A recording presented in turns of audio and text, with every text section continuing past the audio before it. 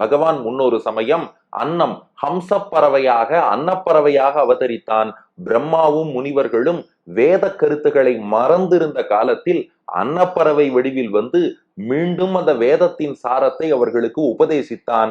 அதற்காக அன்னமும் பிரம்மா உள்ளிட்ட தேவர்களுக்காக அன்னமாக அன்னப்பறவையாக ஹம்சாவதாரம் செய்தவனே, மீன் உருவும் பிரளய காலத்துல பிரளய வெள்ளத்தில் பிரம்மா வேதங்களை இழந்து விட்டார்.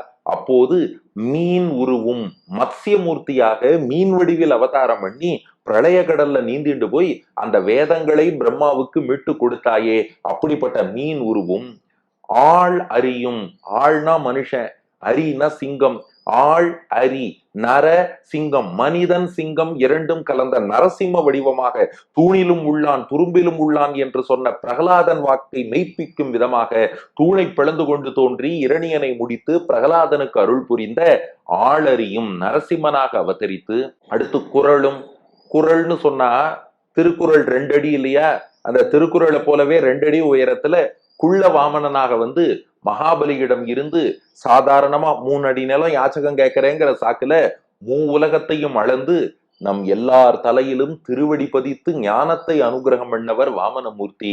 அப்படி எல்லோர் தலையிலும் திருவடி வைக்கும்படி உலகளந்த குறளும் சின்ன வடிவத்தோடு வந்த பெருமாள். அதற்கு மேல ஆமையும் ஆனவனே, ஆமையாக கூர்மாவதாரம் என்று எடுத்தான்.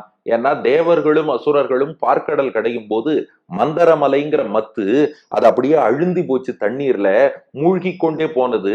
அதை யாராவது அடியிலேந்து தாங்கி பிடிக்கணும். பெருமாளே ஆமையா வந்து தன் ஓட்டிலே அந்த மந்தரமலையை தாங்கி பிடித்து தேவர்களும் அசுரர்களும் திருப்பார்கடல் கடைவதற்கு அனுகிரகம் பண்ணார்.